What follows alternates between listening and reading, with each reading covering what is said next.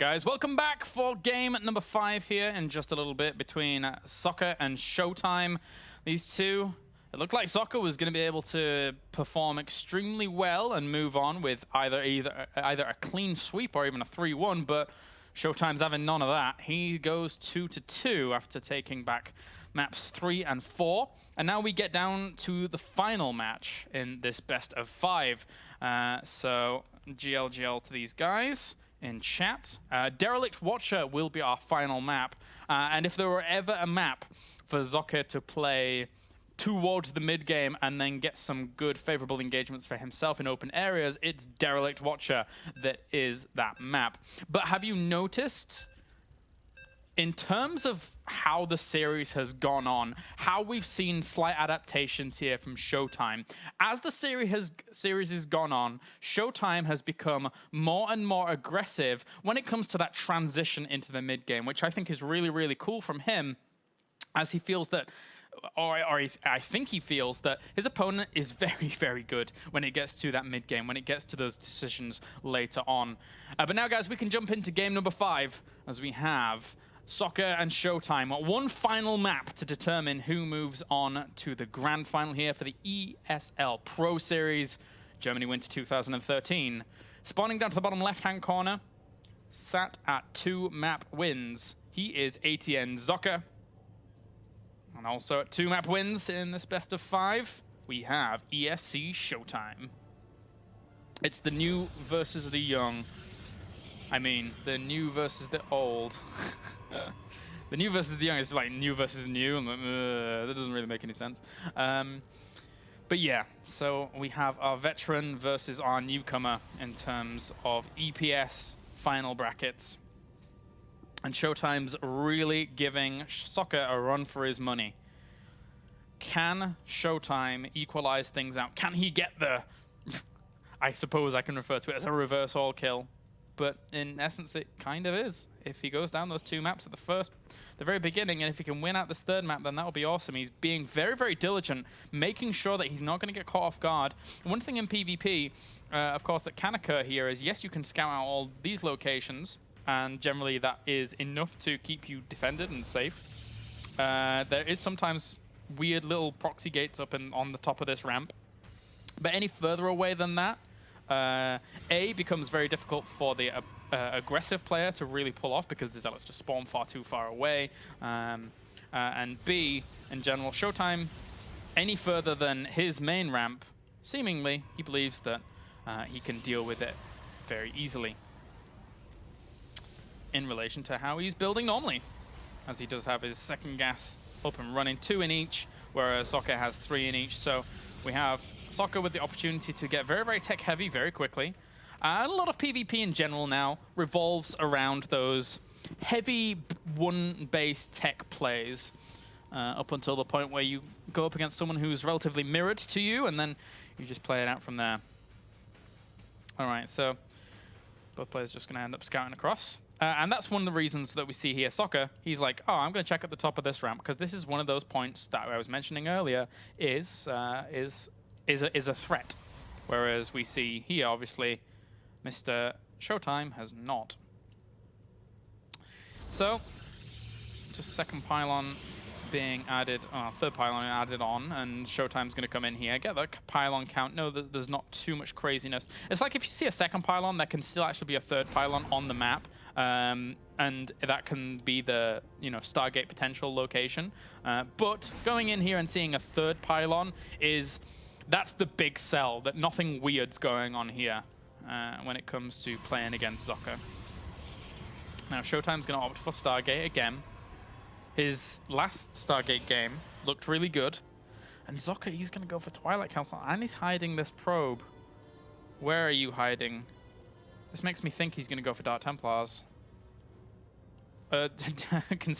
Considering the straight to the top left-hand corner and then going to hide around there and try and throw it on a pylon maybe. Really feels like Dark Templars. Not no. Oh, he's throwing it on a pylon. He's not going to see the probe. Oh, it's going to be just on the end of the vision. Oh, look at that. You sneaky little man. You sneaky. Well, he's thrown down 2 more extra gateways. So Blinks is the choice. But this probe stays hidden. Stay safe. Keep it secret, keep it safe. That's what wise old men tell us. And ShoWTimE now. Well, he's going to try and poke in and see what's going on. Technically, if he was to try and go straight past that sentry... No, there's still no way he could get through. Ignore me. Ignore that statement for a second. Anyway, so the expansion is going to go down. He poked in and saw that there was actually no expansion down for his opponent. But it's going to be a very, very aggressive blink play here from Zucker.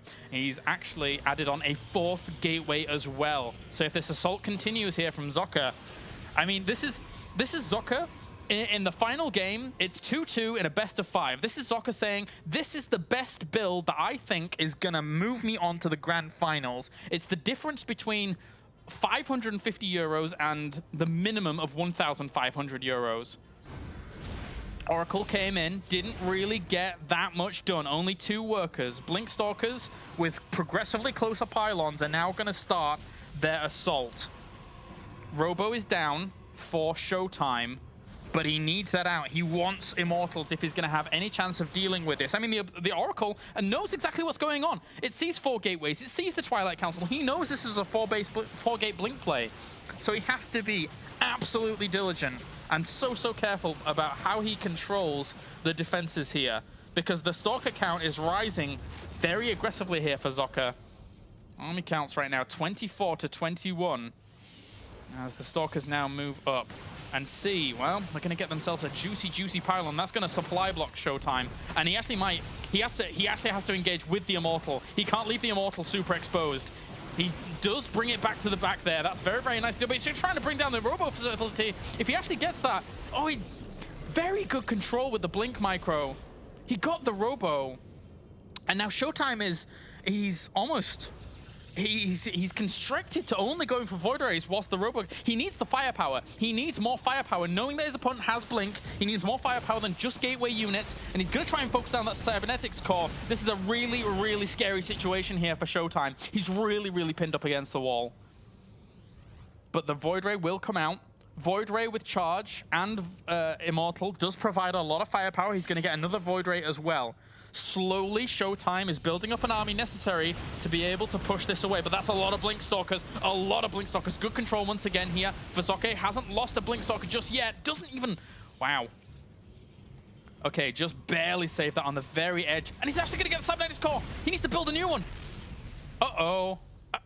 Well, okay, he doesn't need to necessarily build a new one just yet. Why do I say that? Well, he can just swap in Zealots alone and rely fully on Immortals and Void Rays. But then, after all of this, transitioning on is going to be a bit more difficult. Moves in, tries to get a Sentry, does get it. And again, only lost very, very little here as Socke. He's even going for the pylon on the high ground. And the Stalkers are getting stronger and stronger as that number increases because of critical mass Stalkers, even warping in a few Zealots. The firepower here for ShoWTimE lay in 2 Void Rays and 2 Immortals. Can he micro those well enough? I mean, the Photon Overcharge is about to dissipate. It is about to run out. Gets another pylon, walks on backwards, supply blocks his opponent even further, just trying to find damage where he can. There's a pylon over to the left-hand side. If ShoWTimE can find an opportunity to warp in a few units, but look how many Stalkers there are here. 56 to 47 army supply. These Stalkers are going to get really, really cost-efficient trades if he controls it wisely. A brilliant Guardian Shield covers the majority of these Stalkers. It's going to soak up a lot of the firepower here from the Void Rays, and the Blink Micro still pretty darn strong. Socke takes a little bit of a supply advantage. He had to pull off probes as well. The Immortals and the Void Rays have still stayed alive, so that does help out ShoWTimE here, but the Zealot numbers are slowly being crushed. They are going to fall down. There's a few Zealots there to tank as well. He blinks forwards. He thinks he can take it. He takes out one Immortal. There's really not that much firepower left for ShoWTimE, but he does take an army supply advantage. The Stalker numbers got thinned very, very fast. And also, so wisely by ShoWTimE, he kept his Mothership core at the very back so it could continue to bank up energy, so it wasn't at the risk of dying. And he has to blink out. What a defense by ShoWTimE. What a defense. Socke doesn't feel as if he can press any more pressure, and he's going to try and expand. But ShoWTimE sees this. ShoWTimE knows his defense has been successful, and he knows he can transition on. Wow. He did lose a few probes during that, though. 7 did fall, so it is 27 to 26. And Socke will have that Nexus advantage, but he gets pushed away. These Stalkers can't really do a whole lot for now. Maybe get that Zealot, and does get it. Second one as well. Nice trades. But again, can't really engage into that anymore. With the presence of the charge not being used currently here by these Void Rays, there's no way those Stalkers can ever engage. And there's always, when you engage, there's always the threat of it being activated, right? And walking away. But generally, it's important in PvP that when you do that as the defender, you activate that charge as late a time as possible. So it's always a threat, so your opponent knows it's always a threat, right? And because if they go in, if they bait it out, then they know that it's guaranteed is not going to be around for a certain period of time once it falls off. It's a weird dynamic, but that's how it works. Trust me. Anyway. So now, killing off the pylon and transitioning onto another base. 30 workers to 26. The Oracle did dive in and kill off a few workers. And now we see that ShoWTimE's stabilization during that period was very, very well done. He will be behind a Nexus, yes, so that's not the most amazing position to be in. But Zocker's added on charge. He might even opt to just add on a load more gateways and just go for this. You know, because his army is 46 to 34. Unless we get some really nice force fields from ShoWTimE, his army will be in a lot of trouble if we see a big Zealot count. Charge, and that one Archon, and that's why that's there. Ah! That Archon, just for the crushing potential. ShoWTimE, Photon Overcharge has to do a lot of work once again. Those two force fields do end up falling. He blinks forward with a lot of this army. The charge has been activated as ShoWTimE realizes that this could be do or die for him, but the Zealots are tanking a lot here for Zocke. The army supplies, 30 to 28. And the Void Rays are going to end up falling as well. Oh, this could be it. This could be it for ShoWTimE. It was a valiant defense from the very beginning, but the transition was just not there. The Stalkers trying to do as much damage as they can do, but two Immortals will end up helping out and pushing this away. What on earth is going on? What? He gets the defense again. Oh my. There were so many Zealots alive in that mineral line, but they all suddenly were evaporated.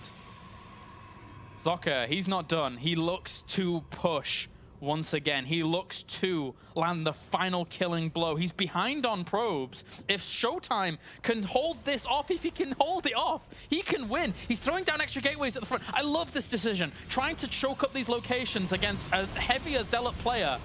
But can his Zealots tank enough? The Stalker's going to blink in. Probes come off the line. I don't even think ShoWTimE needs that for just a second at that particular location. At least maybe bring them around to the front so he can keep these units alive and tank for them. That one Archon still dishing out a lot of punishment, a lot of damage. Those probes don't want to move into the fray, though. What are these two Zealots doing? Do something! Well, they did something. They died, sadly, for those. Okay, so this actually could be it. This could be it. As you can see, heart rates even on the screen. Socke's heart rate is pretty high, considering that he needs to shut this down. He needs to do some damage right now.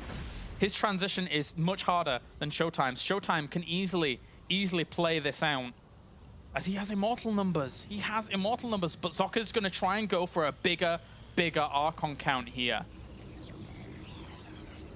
So, 2-2. This all decides it. Zocke's not letting up. Zocke is not going to give this up at all. As Zealot tries to do some harassment at the back here of the mineral line of Zocke and gets 1 or 2 kills. Not too bad. So as we can see here, ShoWTimE still. Again, these building positionings are so cool by ShoWTimE. Even not only against Zealots, even against Archons, they provide really, really good defense against a mobile, you know, against an opponent that wants to be mobile and get to your army very quickly. Every single time some pylons or gateways take damage, there is equal damage being dealt to your army behind all of that. Time warps go down, army supplies very, very close here, but ShoWTimE will push him away. Socke, he's up against it. He is up against the wall. He...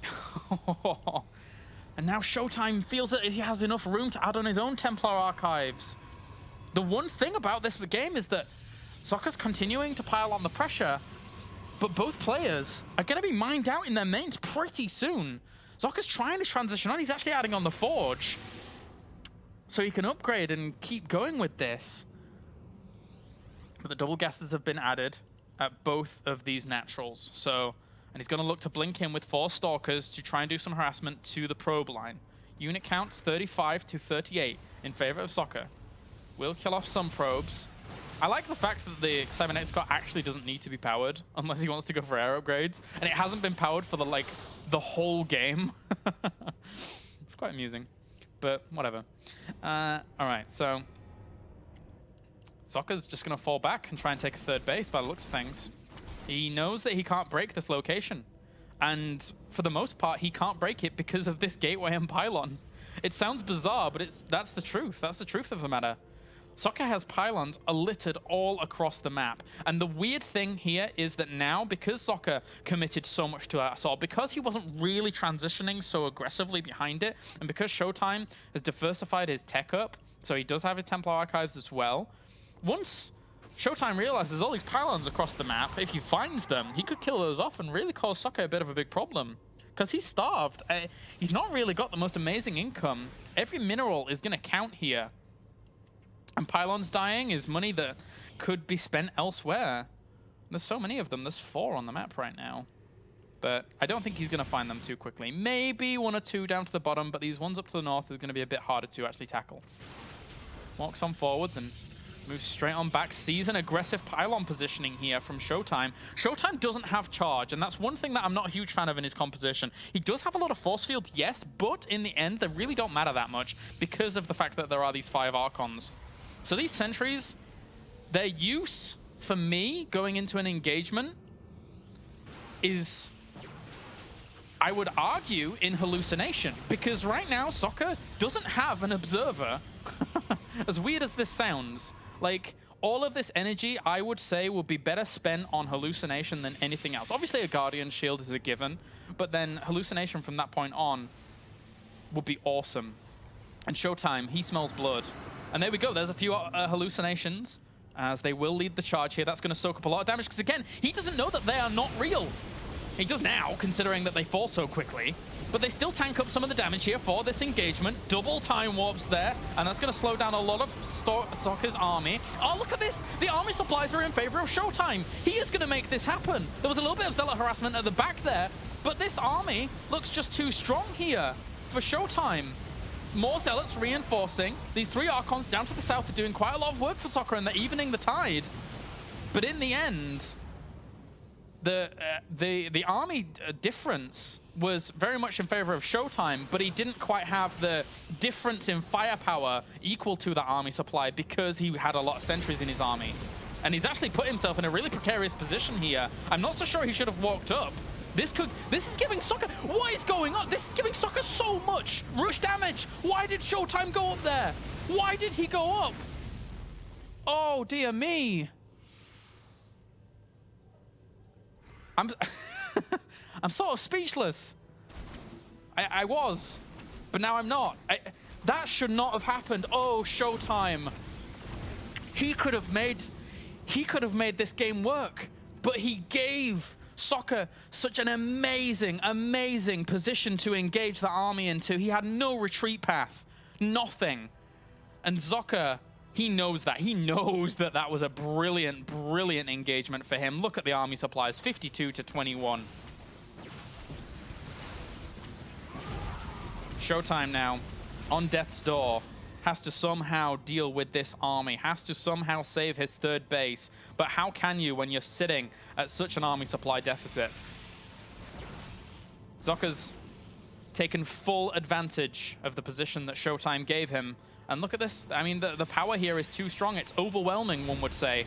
So overwhelming that a lot of probes just got absolutely obliterated. The Archons are going to lead the charge along with the Zealots here, with the Immortals just raining down terror. GG, Socke takes it 3-2. And, oh, he was clutching at straws, guys. That was a close call there for Socke in the very end. ShoWTimE put up a valiant fight, but Zucker will advance on to the grand finals, showing that the veterans here are nothing to be trifled with. And that, my friends, is going to do it for our first best of 5 series here, the ESL Pro Series Germany 2013 Winter Edition. And now we see who finds that last position in the grand finals to play off against Zucker. Will it be Hero Marine or will it be Hasu Orbs? It's going to be a team kill. One player from Mousebots is guaranteed in the grand final to play against Zucker to find out who walks away with that grand prize of 3,000 euros. And for now, what I can do is I can take a short break. We can put the main German stream up on screen for you guys until we get into our next best of 5. So don't go anywhere here. The ESL Pro Series with more games on in just a little bit.